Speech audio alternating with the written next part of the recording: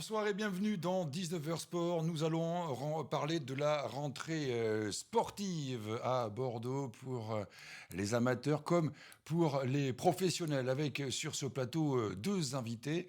Mathieu Azoir, bonsoir. Bonsoir. Adjoint au sport à la mairie de Bordeaux, et Béatrice Knopfler, coprésidente des Birdies Volées qui sont en train de préparer leur reprise du côté du Palais des Sports. Qu'est-ce qui est prévu pour le sport et pour tous à Bordeaux? Réponse dans un instant. Qu'est-ce qui est prévu du côté des JSA et du sport pro en général? Réponse dans quelques instants aussi. Mais tout de suite, je vous propose que nous suivions ensemble un reportage d'Agathe Bichstein sur cette question. Après les mois difficiles de Covid, comment ça se passe dans les clubs de sport? Est-ce que les licenciés sont de retour? Eh bien, bonne nouvelle. On en reparlera dans un instant. Visiblement, le Covid n'a pas fait oublier le sport, bien au contraire. Agathe Bichstein. Voilà, tu fais 1, tu rattrapes.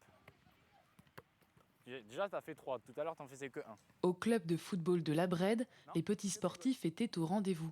Ils sont évidemment ravis de retourner sur le terrain et ils sont même plus nombreux que d'habitude. Certaines catégories sont complètes depuis la fin du mois de juin, une affluence qui a obligé le club à refuser certaines personnes. On est à peu près à 20% de hausse par rapport à l'année dernière. On est pratiquement à 200 enfants sur une école de foot.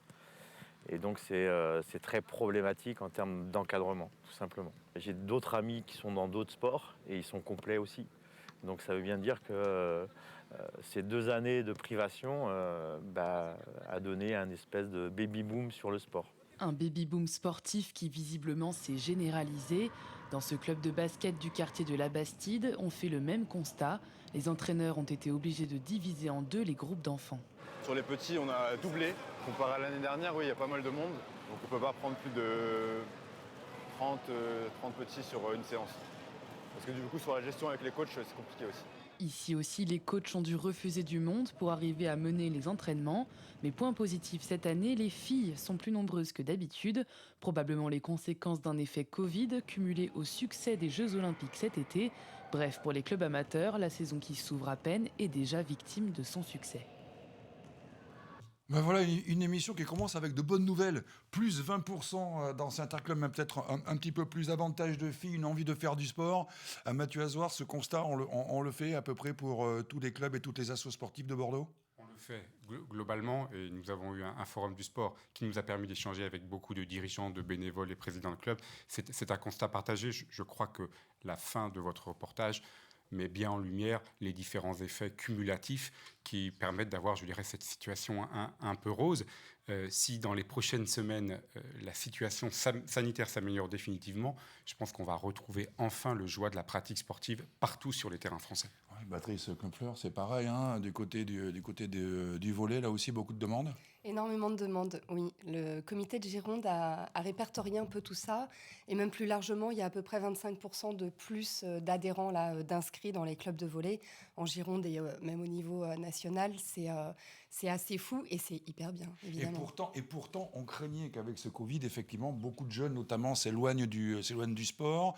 Finalement, ils y reviennent. Ça veut dire que le sport fait partie de la vie. Et ça, c'est une réalité encore plus nette aujourd'hui. Je pense que globalement, c'est la démonstration que la pratique sportive est vraiment cet élément de lien social, de cohésion, d'envie aussi de respirer, de rencontrer l'autre. Les sports collectifs en sont, je dirais, une quintessence. On a vu ces beaux résultats de nos sélections aux Jeux Olympiques. Sauf pour le foot, hein. Sauf pour le foot, mais je dirais plus largement. Et on avait déjà senti un petit peu ça en fin d'année, au mois de juin, dès lors que nous avons pu, et les clubs, refaire un petit peu, accueillir à nouveau des jeunes et des moins jeunes, ce qui nous donnait un peu de perspective rassurante. Là, nous avons vu dans le reportage des jeunes. Je pense que ça sera peut-être un petit peu plus long pour les adultes, mais c'est bien notre objectif, c'est de faire en sorte que tout le monde retrouve la joie des terrains. Et Patrick Knopfler, quand en plus on sait qu'il y a de plus en plus de filles, les Birdies, c'est une équipe de volley féminin, donc là ça vous ravit, j'imagine. Oui, ça me ravit. Nous, ce qui est assez étonnant là, en cette rentrée, c'est qu'on a reçu au club énormément de demandes d'inscription pour des jeunes, chose qui n'était jamais arrivée sous notre ère à Valérie Pull et à moi en tant que coprésidente.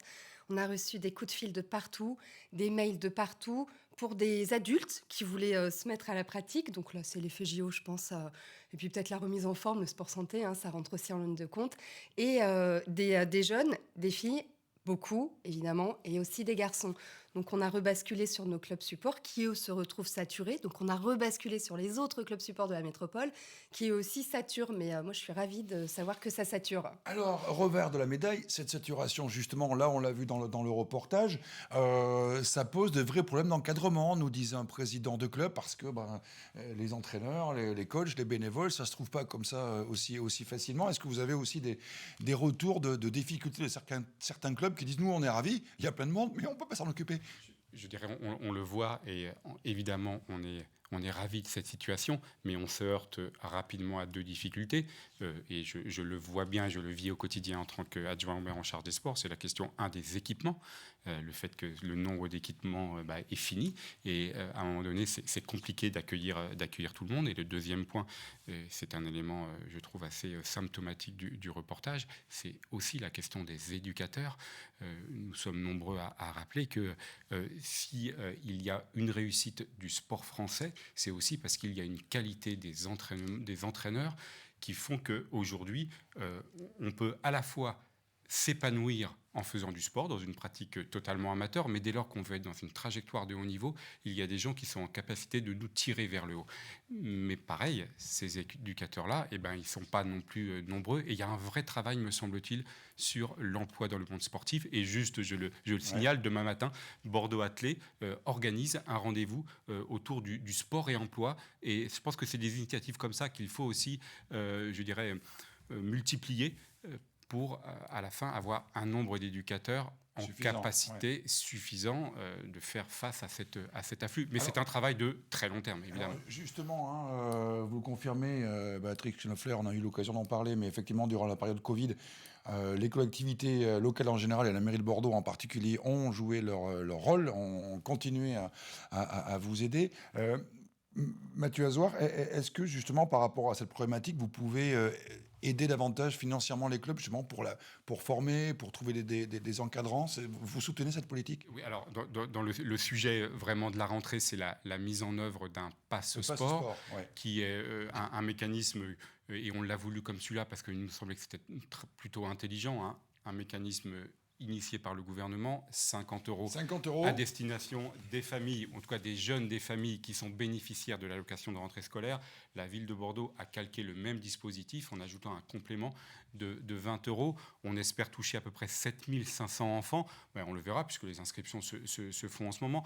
Mais 70 €, on est déjà sur un effet levier, me semble-t-il, intéressant, qui est peut-être aussi une des raisons pour lesquelles il y a un nombre important, c'était aussi notre capacité à avoir laissé ouvert au maximum nos équipements cet été. Et dès lors que des clubs ont voulu organiser des stages et des entraînements tout l'été, ils ont pu le faire.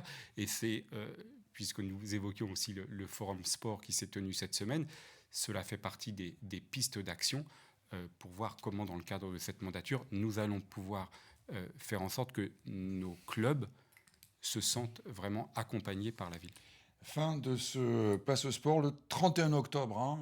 Si vous pensez pouvoir en bénéficier, il faut logiquement, vous avez reçu un courrier. Et avec ce courrier du gouvernement, vous allez dans les services de la mairie et logiquement, vous avez 20 € de plus. Une licence, 70 €. Bon, c'est quoi? C'est la moitié? Je ne me rends pas compte du prix d'une licence.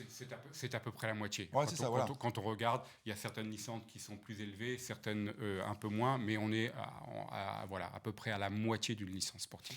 Ça, c'est le côté positif. Le côté négatif, on vient de le voir aussi, c'est quand même le problème des encadrants. Et puis, il y a aussi un autre problème, celui des infrastructures sportives à Bordeaux. Est-ce qu'il y en a assez? Vous avez évoqué un forum du sport qui s'est tenu il y a quelques mois et dont les résultats ont été rendus publics il y a quelques jours, dans lequel, effectivement, cette question des équipements sportifs se pose assez nettement. Écoutez, restez avec nous, on en parle dans quelques instants. À tout de suite.